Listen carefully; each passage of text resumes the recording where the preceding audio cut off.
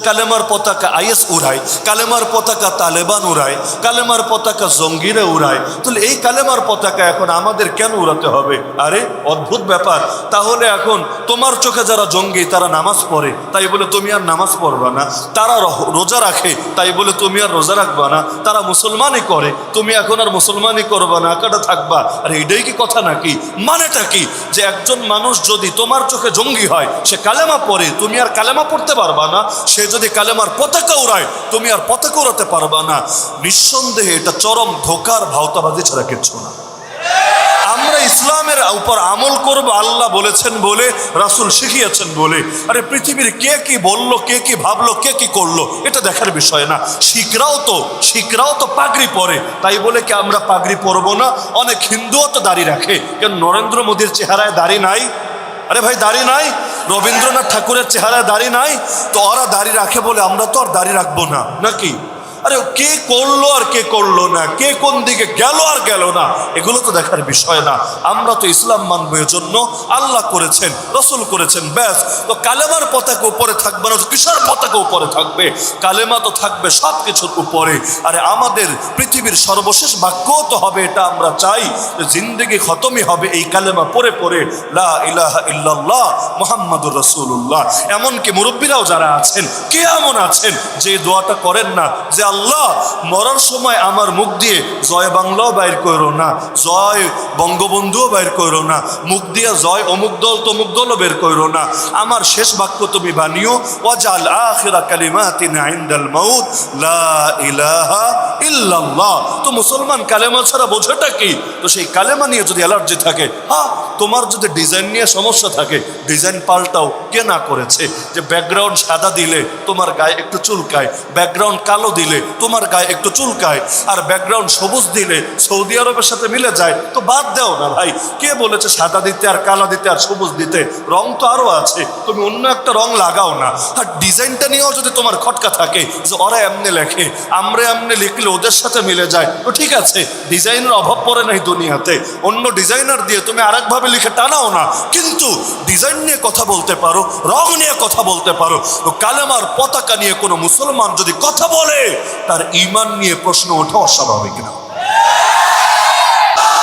তো মুসলমান যে ইসলামকে ভয় পেতে শুরু করেছে, দ্বিতীয় উদাহরণ, জিহাদ শব্দটা খালি উচ্চারণ করে দেখেন না, এমনকি স্লোগানের মধ্যেও যদি খালি জিহাদ বলে, সাবিলুনা সাবিলুনা আল জিহাদ আল জিহাদ, এই স্লোগান যদি দেয়, তবুও দেখবেন এক শ্রেণীর মানুষের গায়ে চুলকানি উঠে যায়। কেন রে ভাই, জিহাদ শব্দ নিয়ে তোমার এত চুলকানি কেন? বলবে হুজুর, জিহাদের নামে কত আকাম কুকামও হয়, কত নিষিদ্ধ কাজও হয়, সেটারও তো আপনারা ঠেকাতে পারেন না। তো পৃথিবীতে আকাম কুকাম হয় না কোন জিনিসের নামে? পীরালির নামে বেদাত হয় না? পীর মুরিদের নামে শিরিক হয় না? এমনকি মসজিদের মধ্যে মুসল্লি সেজে চোর আসে না? তো কোন জিনিসের নামে দুই নম্বরই চলে না? সব কিছুর মধ্যে দুই নম্বরই হয়, এবং বাংলাদেশে এটা উদাহরণ হাজার হাজার দেখানো সম্ভব। তো এখন পীর মুরিদের লেবাস ধরে কেউ যদি শিরিক করে, তাই বলে আমরা হক্কানি পীরদের তো গালি দেই না। আমরা যারা আসলেই আল্লাহ তাআলার পথে চলে, নবীর সুন্নাত মানে, তাদের বিরুদ্ধে তো আমরা বলি না। আমরা বুঝি মাথা ব্যথার সমস্যা হলো চিকিৎসা করা, মাথা কেটে ফেলা না। তো যদি তোমার যুক্তি মানিও যে জিহাদের নামে কেউ কোনো ভুল করেছে, তাই বলে এখন জিহাদ শব্দরে নিষিদ্ধ করে দিতে হবে, জিহাদ শব্দরেই তালা লাগাতে হবে? আরে জিহাদের কথা আমার আল্লাহ নামাজের চাইতে 4 গুণ বেশি বলেছেন, 4 গুণ।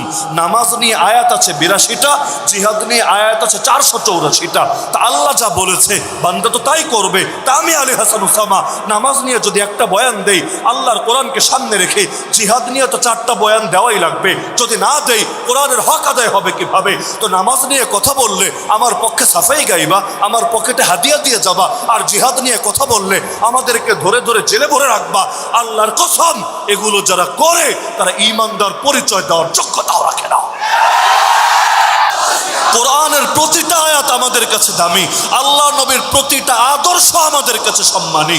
আরে কোরআনে আমার আল্লাহ কোনো পাপের কথা শিখায় নাই, নবীর জীবন থেকে নবী আমাদেরকে কোনো ন্যাক্কারজনক আদর্শ শিক্ষা দিয়ে যায় নাই যে মাথা নিচু করে করে কথা বলতে হবে, বাতিলের সামনে থতমত করে, এরপর 1 চামচ হক 2 চামচ বাতিল মিশিয়ে ইসলামরে নতুন করে মডার্ন ভার্সন বের করতে হবে। আমি বলবো না রে ভাই, কিসের জিহাদ, কিসের জিহাদ? কোরআন মানে গণতন্ত্র, হাদিস মানে গণতন্ত্র, গণতন্ত্র, এই রকম আধুনিক ব্যাখ্যা বের করার কোনো প্রয়োজন মুসলমানের নাই। কারণ আল্লাহ যা দিয়েছেন তা আমাদের জন্য গর্বের বিষয়, নবী যা শিখিয়েছেন তা আমাদের জন্য গর্বের বিষয়। তো যদি গর্বের বিষয়ই হয় তো নবী যা দিয়েছেন তার মধ্যে যেমন নামাজ আছে, রোজা আছে, হজ আছে, যাকাত আছে, একই নবীর আদর্শের মধ্যে জিহাদও আছে, খেলাফতও আছে, দিন কায়েমের কথাও আছে, ইসলামী রাজনীতি, অর্থনীতি, বিচার আচারের কথাও আছে। তো নামাজের কথা যেমনি ভাবে বলা ইমানের দাবি, জিহাদের কথা বলাও তো ইমানের দাবি। দুটোর মধ্যে ভাগাভাগির সুযোগ কোথায়? হ্যাঁ, এখন যদি নামাজের কথা বললে তোমার ভালো লাগে, জিহাদের কথা বললে তোমার চুলকায়, আল্লাহর কসম করে বলি তোমার চুলকানির দিকে তাকিয়ে আমরা আমাদের কথা বন্ধ করতে পারি না। তোমার যত মনে চায় চুলকাও তুমি, তোমার চুলকানি দিয়ে আমাদের কিচ্ছু আসা যায় না। জিহাদের কথা বলো যদি ওদের চোখে জঙ্গিবাদ হয়, আল্লাহর কসম আমরা জঙ্গিবাদী গালি খেতে রাজি, জিহাদ ছাড়তে রাজি না। আরে খেলাফতের কথা বলো যদি ওদের চোখে মৌলবাদ হয়, আল্লাহর কসম আমরা মৌলবাদী গালি খেতে রাজি, আল্লাহর কোরআনের বিধান ছেড়ে দিতে রাজি না।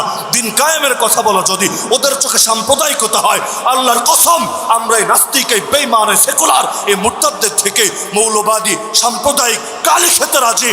কিন্তু দুনিয়ার কারো গালির ভয়ে, হামলার ভয়ে, মামলার ভয়ে, জেলের ভয়ে, জুলুমের ভয়ে আল্লাহর এবং নবীর একটা বিধানও ছাড়তে রাজি না।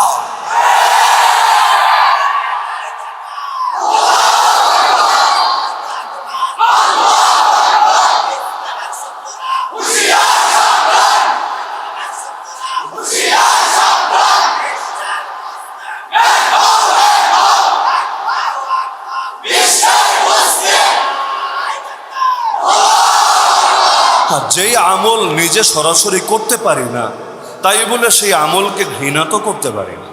মনে করেন আমি গরিব মানুষ, জীবনে হজে যেতে পারি নাই, এরকম আছে না লক্ষ কোটি মানুষ এই বাংলাদেশে? হয়তো জীবনে কোনোদিন যেতে পারবেও না, তার আগে মরণ হবে, নাই এমন লোক? আচ্ছা, হজে যেতে না পারা এক কথা, আর হজের বিরুদ্ধে কোনো বক্তব্য দেওয়া ভিন্ন কথা। অনেক কিছুই তো ইসলামের এমন যেটা আমরা করতে পারি না। আরে আমাদের উপর ফরজ দায়িত্ব ছিল আল আকসা রক্ষা করতে ছুটে যাওয়া, আমাদের জন্য ফরজ দায়িত্ব ছিল হামাসের মুজাহিদিনের সাথে হাত মিলিয়ে ইসরায়েলের ইহুদিদের কোমর ভেঙে দেওয়া, আমাদের জন্য ফরজ দায়িত্ব ছিল বাবরি মসজিদকে পুনরায় আবাদ করা, আমাদের জন্য ফরজ দায়িত্ব ছিল ডক্টর আফিয়া সিদ্দিকাকে আমেরিকার কারাগার থেকে মুক্ত করে আনা, আমাদের জন্য ফরজ দায়িত্ব ছিল চীনের জিনজিয়াংয়ের মুসলমানদেরকে এই জালেমদের হাত থেকে হেফাজত করা, আমাদের জন্য ফরজ দায়িত্ব ছিল এই রোহিঙ্গা ভাই বোনদেরকে তাদের দেশে, তাদের ভূমিতে নিরাপদে ফিরে যাওয়ার ব্যবস্থা করা, আমাদের জন্য ফরজ দায়িত্ব ছিল কাশ্মীরের মুসলমান যাতে মাথা উঁচু করে বাঁচতে পারে সেই ব্যবস্থা করা, আমাদের জন্য ফরজ দায়িত্ব ছিল পৃথিবীর যেখানে একজন মুসলমান মজলুম হবে তার পাশে গিয়ে দাঁড়িয়ে যাওয়া দায়িত্ব তো ছিল, করতে পারছি না। এজন্য ক্ষমা চাই আল্লাহর কাছে, দোয়াও করি আল্লাহর কাছে, আল্লাহ মুনাফিকদের খাতায় আমাদের নাম লিখিও না, আমাদের অপারগতাকে মাফ করো, আমাদের দুর্বলতার দিকে না তাকিয়ে তোমার রহমতের দিকে তাকিয়ে আল্লাহ তুমি আমাদেরকে হেফাজত করো, জাহান্নাম থেকে বাঁচাও।